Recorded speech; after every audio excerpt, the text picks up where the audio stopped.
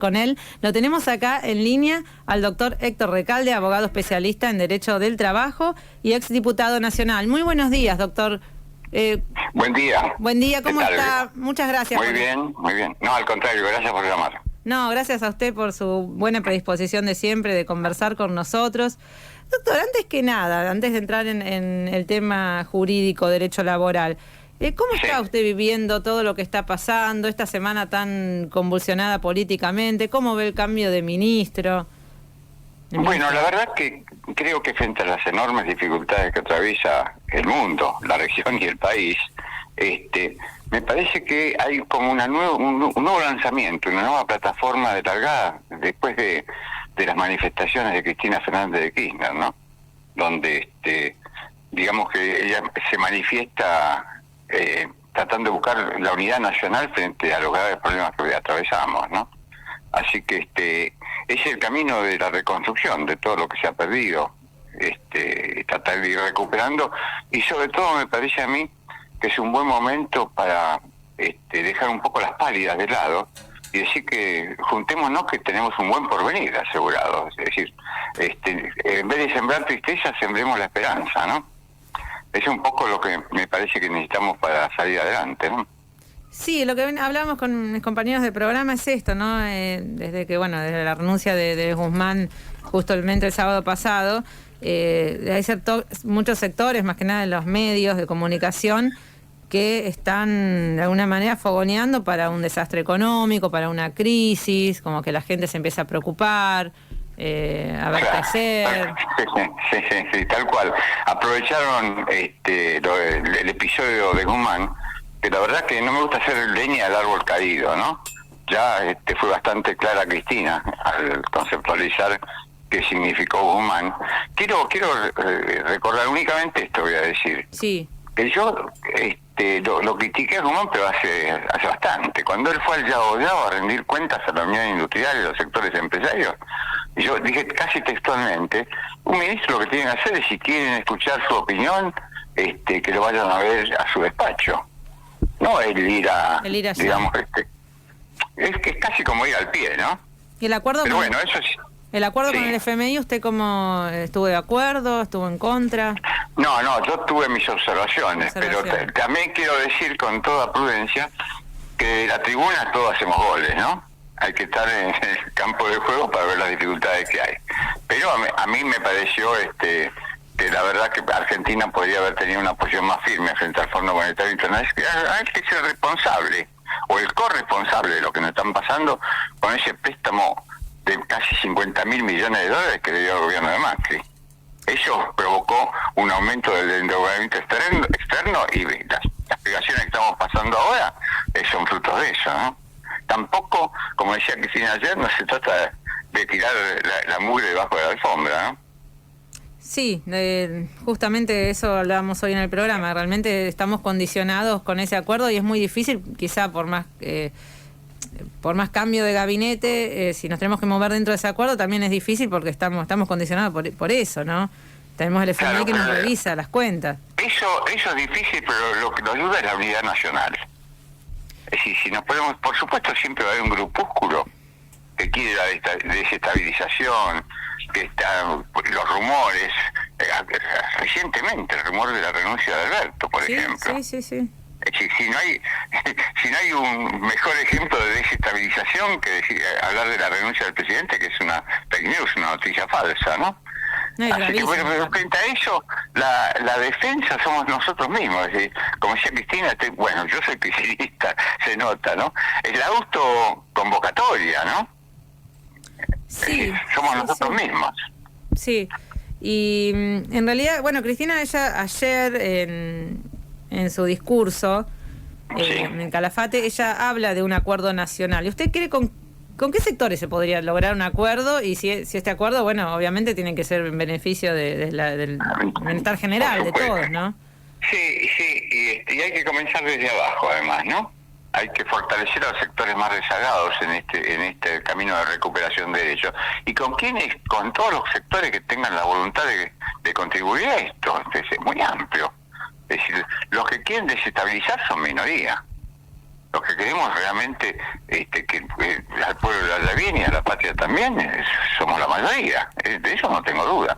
Entonces, esta exhortación a buscar comunes denominadores me parece fantástica. Yo vengo diciendo que incluso estoy dispuesto, así en lenguaje coloquial, ¿no es cierto?, a tragarme sapitos. Yo, en ese sentido, porque evidentemente va a haber cosas que uno hubiera preferido que fueran distintas en cualquier acuerdo, pero eso significa ceder algunas posiciones secundarias, no las principales, para tratar de construir esta unidad nacional que uno advierte como imprescindible, ¿no? Sí, no, porque está todo... Uno ve que se va a tratar cualquier cuestión en el Congreso y pareciera imposible. Es como que no son muy pocas las cuestiones donde se puede lograr un consenso y eso también dificulta mucho por ejemplo, las cosas. hay algo que está tratando en el Senado, que la verdad yo insistiría en aquellos sectores que están, digamos, poniendo obstáculos, que es la ampliación del número de miembros de la Corte Suprema de Justicia de la Nación. Sí. Esto sería muy importante porque la verdad llegamos a la contradicción de decir que la Corte es inconstitucional, porque yo critiqué a dos actuales ministros de la Corte, que fueron Rosati y Rosencrantz, porque aceptaron llegar a la Corte por decreto. Sí. Y eso los invalida, creo yo, lo digo con respeto personal, obviamente los invalida jurídicamente y hasta diría que moralmente, porque aceptaron algo que no es el camino que tiene que recorrer un jurista, un abogado para llegar a la Corte. Pero bueno, después se compurgó. Pero hay un tango que dice que me importa tu pasado. Bueno, a mí el pasado me importa porque en alguna medida demuestra cuál puede ser el futuro, ¿no? No, esa es una de las cuestiones también muy importantes que también fueron parte de la plataforma, el tema de tratar la reforma judicial. Que por ahí la gente común a veces lo ve lejano, lo ve como que es algo que no le afecta, cuando en verdad sí. Afecta, pero fundamentalmente, claro. Pues es la Corte la que decide qué derechos tenemos y cuáles no. Sí. Y se afecta. Y en eso hay que trabajar mucho para que se entienda que no son temas. Sí, por eso me parece oportuno. Sí. Hay algunos dirigentes que se están oponiendo a eso.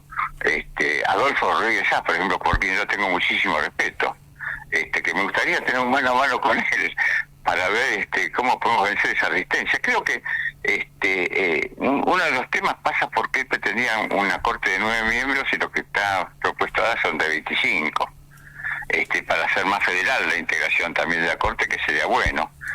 Creo que son resistencias que con una buena conversación, un buen diálogo se pueden ir venciendo y conseguir este aumento.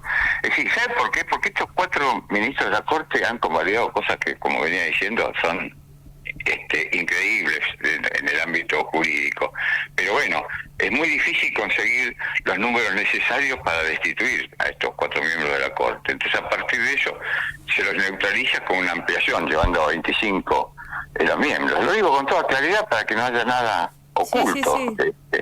Y además con respecto a las personas, estoy hablando de los entes judiciales. Mire, yo escribí bastante sobre esto porque obviamente el derecho se supone que es mi especialidad, y sobre todo el derecho laboral. Hay sentencias de la Corte que son absolutamente contrarias a los derechos ya no solamente constitucionales, sociales, sino humanos de los trabajadores. Son muy regresivos. No voy a hacer un análisis jurídico, lo tengo escrito y lo publiqué, voy a decir el medio para que si alguien en el cohete a la luna, que lo dirigió Horacio Berbis, que lo pueden rastrear ahí. Hay 4 notas mías sobre cuestionando fallos de la Corte.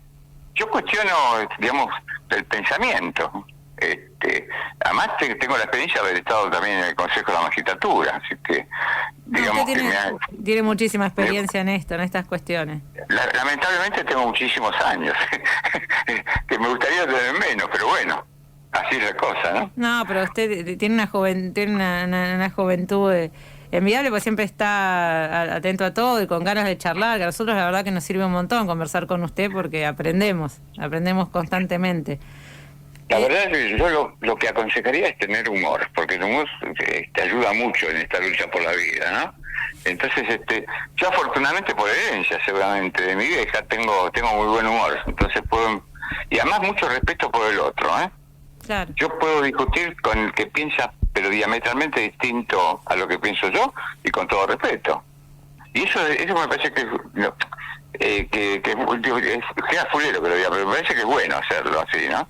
Y falta eso, ¿no? A veces uno pone, no sé, un programa de televisión y realmente la forma en que se dan los debates, la bajeza, el agravio personal. Los golpes bajos no son la forma de construir.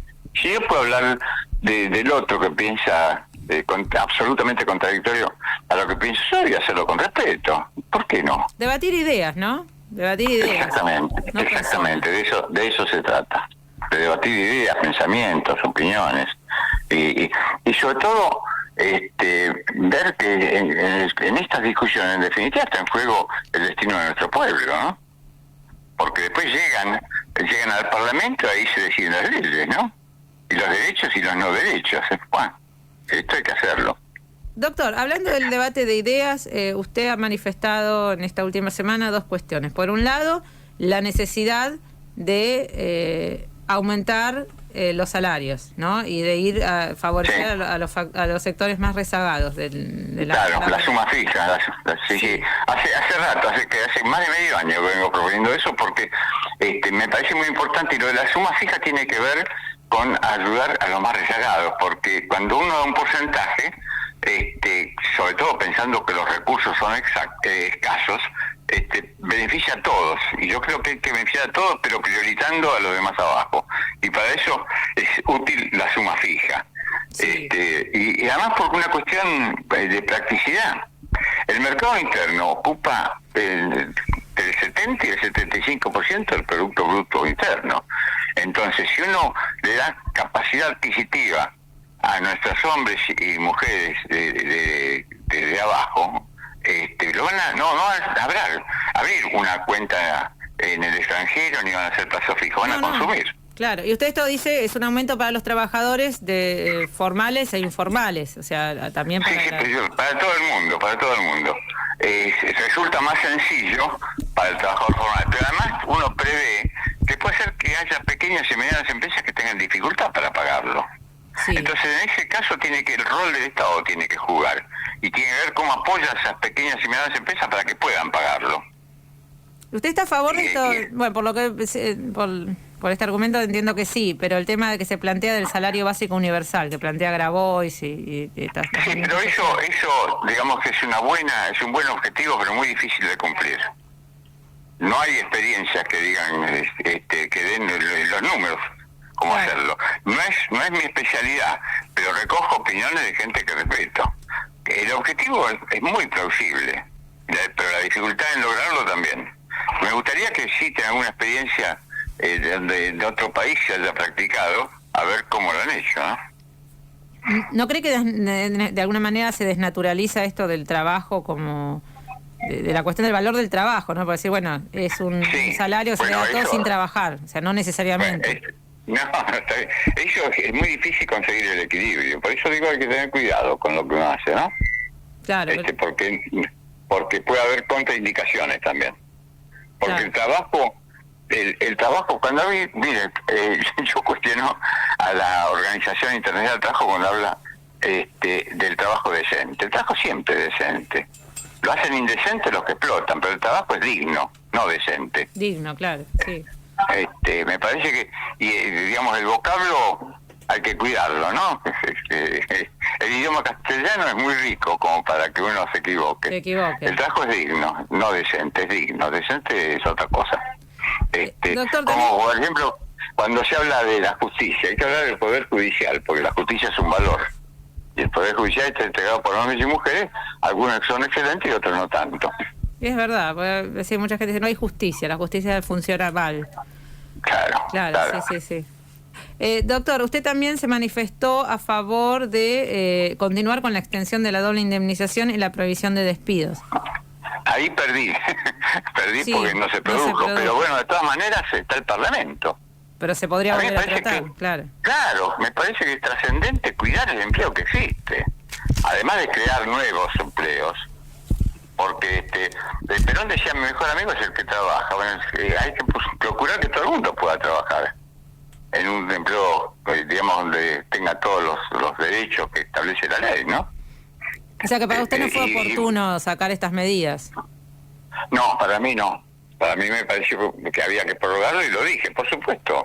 No me creo dueño de la verdad absoluta, pero insisto en mi pensamiento, ¿no? Doctor, esto la verdad que es muy interesante. Hoy escuchábamos el testimonio de un empresario Sí. que ponía el ejemplo, estos debates siempre se dan, ¿no? Él ponía el ejemplo de un empresario que había tenido un trabajador trabajando durante un año con un sueldo de 50.000 pesos y que le tuvo que pagar 2 millones en un juicio laboral, ¿no? Entonces decía esto de los juicios laborales. A mí me gustaría ver el caso concreto. Sí, me parece porque... me parece un poco difícil que un trabajador con poca antigüedad y 50.000 pesos de sueldo cobre una indemnización de 2 millones. No me dan los números, ¿eh? No, ni con la doble indemnización. No. Ni con la doble es el 25% en primer lugar. Sí, ya no es la doble, no era la doble. Ahora no existe eso. Pero con todas las multas que establece la ley de empleo y la ley de contrato de trabajo y todos los chiches que usted quiera agregar, me parece imposible. Me gustaría ver el caso concreto. A lo mejor tuvo otros agravios. Sí, hay que ver, ¿no? Todo porque... Habría que ver el pleito, pero mire que en ese sentido tengo estadísticas, pero sobre todo de la que hablo del Poder Judicial Laboral en la capital federal, porque en las provincias se me escapa ver todo. Pero tengo, sobre todo la Cámara Nacional del Trabajo, que recibe pleitos de todo el país también, ¿eh? Sí, sí. Entonces, eso tengo un análisis. No existe la industria del juicio. En todos casos, si existe, quebró. Si existía, quebró, no convocatoria. Hay muy pocos pleitos, incluso los pleitos de accidente de trabajo, inexplicablemente son muy pocos. Habíamos hablado, la última vez me había dicho esto, que iba como en baja, ¿no? La cantidad de juicios. No, en baja tengo las estadísticas, y no sanateo en este sentido. Héctor, ¿le puedo hacer una pregunta? Carlos Ventosa, sí, cómo no. Voces. ¿Por qué ¿Qué tal? Buen día. El empresariado general apunta como si fuera la solución mágica de este país una reforma laboral? Mire, yo también soy reformista, pero no seguramente como la plantea este empresario. Yo quiero reformar el derecho laboral porque quiero bajar la jornada de trabajo, por ejemplo. Quiero que los trabajadores, como dice la Constitución, participen en las ganancias de las empresas. ¿Sí? En ese sentido soy reformista. Pero lo que le puedo demostrar con números objetivos a este señor empleador que está cuestionando, con la misma normativa laboral, el país anduvo económicamente mejor o peor, pero con la misma normativa. Es decir, como decía Clinton, ¿se acuerda que decía, Clinton decía, es la economía, estúpido? Sí. Bueno, yo digo es la economía, no califico, porque mi mamá me dijo que no diga, no agravie. Entonces, sigo los consejos de mami. Es la economía la que crea empleos o los destruye, pero no es el derecho laboral. Aparte tuvimos la experiencia con el menemismo que se aplicaron leyes flexibilizadoras. Exactamente. Lo que usted dice es tal cual. Y yo lo solo dar un ejemplo. El desempleo antes de los contratos basura, ¿se acuerda de Menem? Sí. Llamaba nuevas modalidades de contratación, pero el trabajador le decía contrato basura. El desempleo está en el 8%. En el 95%, con todos los contratos basura en el medio, el desempleo llegó al 18%. ¿Qué me viene a contar? De que quitarle derecho a los trabajadores genera empleo. Al revés, póngale poder adquisitivo al trabajador, que va a ver cómo aumenta su producción, sus ventas, su ganancia. Le puedo hablar con el corazón y con el bolsillo a los empresarios en este sentido, como diría Pugliese. Es que el trabajador tiene plata en el bolsillo y va y hace un asado y hace una salida y se va de vacaciones, se compra ropa. Por supuesto. Pero bueno, entonces, pasa eso. A veces hay un exceso de ideologización también, ¿eh? Sí. Y de prejuicios en estas aseveraciones, ¿no? Que vienen del lado empresario. Por eso, discutir mano a mano con ellos y con este respeto, con calma, sin ponerse nervioso, ¿eh? Sí, con los números en la mano, a ver quién es quién, ¿no? La verdad que hay tantas cuestiones por resolver. Con respecto al tema de lo que se estuvo hablando también las semanas anteriores, del tema de los planes sociales, todo este debate acerca de quién los tenía que administrar. ¿Cree que es posible que esos planes sociales se puedan llegar a convertir en empleo genuino? ¿Y de qué manera? Sí, la verdad que esa no es mi especialidad, entonces no me gusta zanatear. Pero sí, esto lo decía Cristina cuando dijo que no hay que tercerizar la cuestión social. Eso quiere decir reivindicar el rol del Estado sin perjuicio de reconocer todo lo que han hecho las organizaciones sociales para tratar de aliviar la penuria de quien no tiene empleo, ¿no? Claro. Pero el rol del Estado es el primer sujeto y el primer responsable de esto. Doctor, siempre le pregunto, para cerrar la entrevista, siempre le pregunto lo mismo, pero bueno, para mantener esto, pues nos escuchan por ahí muchos colegas, muchos abogados laboralistas, ¿cuál sería ahora nuestro principal desafío en estos momentos? Preservar el empleo y generar más empleo, que es un problema de la política económica, y aumentar los derechos, que ahí los laboralistas podríamos dar algunas propuestas que pueden ser interesantes. Así es. Doctor, le agradecemos mucho por esta nota, por darnos su tiempo. Siempre es un gusto enorme hablar con usted y bueno, le digo también feliz día de la Independencia. Lo mismo para ustedes. Muchísimas gracias por el llamado. Muchísimas gracias. Adiós. Muchísimas Adiós. Gracias, doctor.